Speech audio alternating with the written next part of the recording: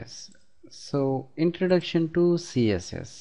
CSS అంటే ఏంటి? Cascading style sheet.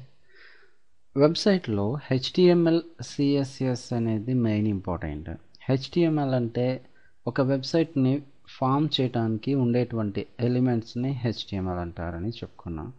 So that వాటికి సిఎస్ఎస్ అనేటువంటి స్టైల్ అనేది అప్లై చేయటం వలన డిజైనింగ్ అనేది మనం చేసుకోవచ్చు. సో దాని గురించి ఇంట్రొడక్షన్ చూద్దాం, ఎలా ఏంటి అనేది. సో ఫస్ట్ ఎలా ఉంటుందంటే CSS associates style rules with HTML elements. అంటే మనం తీసుకున్నటువంటి ఫర్ ఎగ్జాంపుల్ ఇక్కడ చూడండి, ఒక పేరాగ్రాఫ్ అనేది తీసుకున్నాం. ఆ పేరాగ్రాఫ్ యొక్క ఫాంట్ స్టైల్ మారాలి అని అంటే మనం ఏం చేస్తాం, దాని వాల్యూ రాస్తాం. అంటే డిక్లరేషన్ అంటారు దాన్ని. పేరాగ్రాఫ్ యొక్క స్టైల్ మారటానికి ఉపయోగించేదాన్ని డిక్లరేషన్ అని అంటారు. ఈ పేరాగ్రాఫ్ని సెలెక్టర్ అంటారు. ఈ పేరాగ్రాఫ్ అనేది ఏంటి, హెచ్టిఎంఎల్లో ఒక ఎలిమెంట్.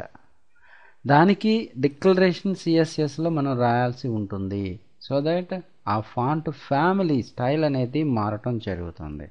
అండ్ నెక్స్ట్ ఏంటంటే ప్రాపర్టీస్ అనేది ఉంటుంది. దేనికి, హెచ్టిఎంఎల్లో ఉన్న హెడ్డింగ్ 1, హెడ్డింగ్ 2, హెడ్డింగ్ 3 వాటికి ఫాంట్ ఫ్యామిలీ అనేదాన్ని మనం చేంజ్ చేయాలి. కలర్ అనేదాన్ని మనం చేంజ్ చేయాలి. అంటే ప్రాపర్టీ ఏంటిది, ఫాంట్ ఫ్యామిలీ అనేది ప్రాపర్టీ, కలర్ అనేది ప్రాపర్టీ, సైజ్ అనేది ప్రాపర్టీ. వాటికి ఎంత వాల్యూస్ రావాలి అనేది వాల్యూ ఉంటుంది. ఓకే, అంటే మనం ఏం చేస్తున్నాం ఇక్కడ, హెచ్టిఎంఎల్ సెలెక్టర్స్ అని సెలెక్ట్ చేసుకుని దానికి డిక్లరేషన్ ఇస్తున్నాం. ఆ డిక్లరేషన్లో ప్రాపర్టీ ఉంటుంది, వాల్యూస్ ఉంటాయి. ఆ ప్రాపర్టీ ఏం కావాలి అనేది ఉంటుంది, దానికి ఎంత కావాలి అనేది వాల్యూ ఉంటుంది. సో దాన్ని మనం సిఎస్ఎస్లో రాయటం జరుగుతుంది. అది ఎలా రాయాలనేది ప్రాక్టికల్గా కూడా మనం చూద్దాం. నెక్స్ట్ వచ్చిన తర్వాత ఇంట్రడ్యూసింగ్ సిఎస్ఎస్ అంటే మీన్స్ ఎలా ఉంటుందంటే, బేసిక్ ట్యాగ్ అనేది ఎలా ఉంటుంది, హెచ్టిఎంఎల్ ట్యాగ్స్ అనేది ఉంటుంది. దానికి మనం బాడీ అనేసరికి ఇక్కడ బాడీ ట్యాగ్ ఉండింది కదా, దానికి మనం ఫాంట్ ఫ్యామిలీ అనేది అసైన్ చేస్తాం. H1 H2 అనే ట్యాగ్స్ ఉన్నాయి కదా, వాటికి మనం కలర్స్ చేంజ్ చేస్తాం. పారాగ్రాఫ్స్ ఉన్నాయి కదా, వాటికి మనం కలర్స్ చేంజ్ చేస్తాం. ఈ విధంగా సిఎస్ఎస్లో మనకి ఎలాంటి వాల్యూస్ ప్రాపర్టీస్ కావాలో ఆ సెలెక్టర్స్ని యూజ్ చేసుకుని వాటి యొక్క ప్రాపర్టీ వాల్యూస్ చేంజ్ చేసుకుంటూ ఉంటే డిజైన్ అనేది మారుతూ ఉంటుంది.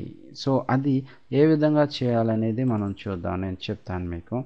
సో ఇక్కడ ఏంటంటే చూడండి, ఫైల్ ఓపెన్ చేస్తున్నాను, ఇంట్రడక్షన్ టు సిఎస్ఎస్.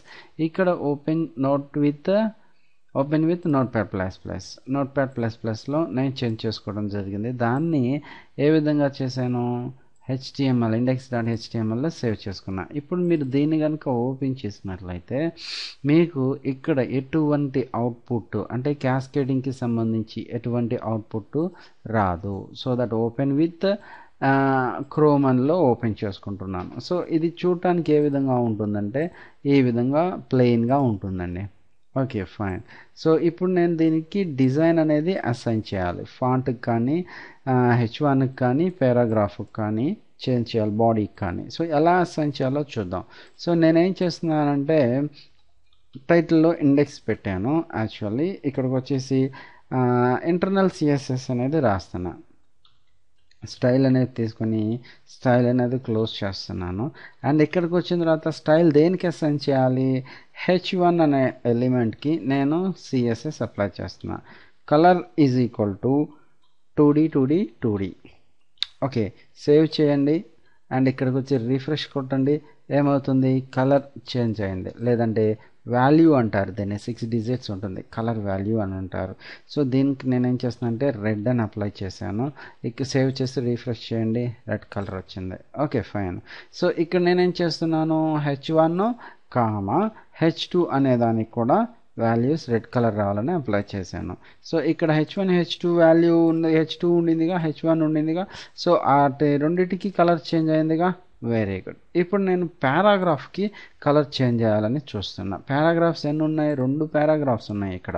సో ఇక్కడ వచ్చేసిన తర్వాత నేను పారాగ్రాఫ్ ట్యాగ్ తీసుకొని ఓన్లీ పీ ట్యాగ్ తీసుకొని దానికి కలర్ ఈజ్ ఈక్వల్ టు ఏం రాస్తున్నాను, ఎల్లో అని అప్లై చేసి సేవ్ చేశాను.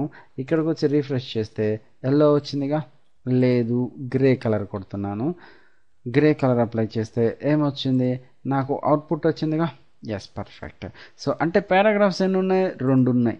2 పారాగ్రాఫ్స్ ఉన్నా నేను అప్లై చేసిన సిఎస్ఎస్ వేటికి ఓన్లీ ఒక పారాగ్రాఫ్ ఎలిమెంట్ అనే దానికే యూజ్ చేశాను. ఎన్ని పారాగ్రాఫ్స్ మీరు ఇన్సర్ట్ చేసుకున్నా అన్నిటికీ సిఎస్ఎస్ అప్లై అవుతుంది. ఉదాహరణకి నేను ఈ 2 పారాగ్రాఫ్స్ని కూడా నేను వీటన్నిటిని మొత్తాన్ని కాపీ చేసుకొని వీటన్నిటిని మళ్ళీ పేస్ట్ చేస్తే సేవ్ చేసుకున్న తర్వాత ఇక్కడ ఏ విధంగా వస్తుంది? సో ఇక్కడికి వచ్చి సేవ్ చేసుకున్న తర్వాత రీఫ్రెష్ కొడితే మళ్ళీ అదే రిప్లై అవుతుంది. సిఎస్ఎస్ ఏమన్నా మారిందా?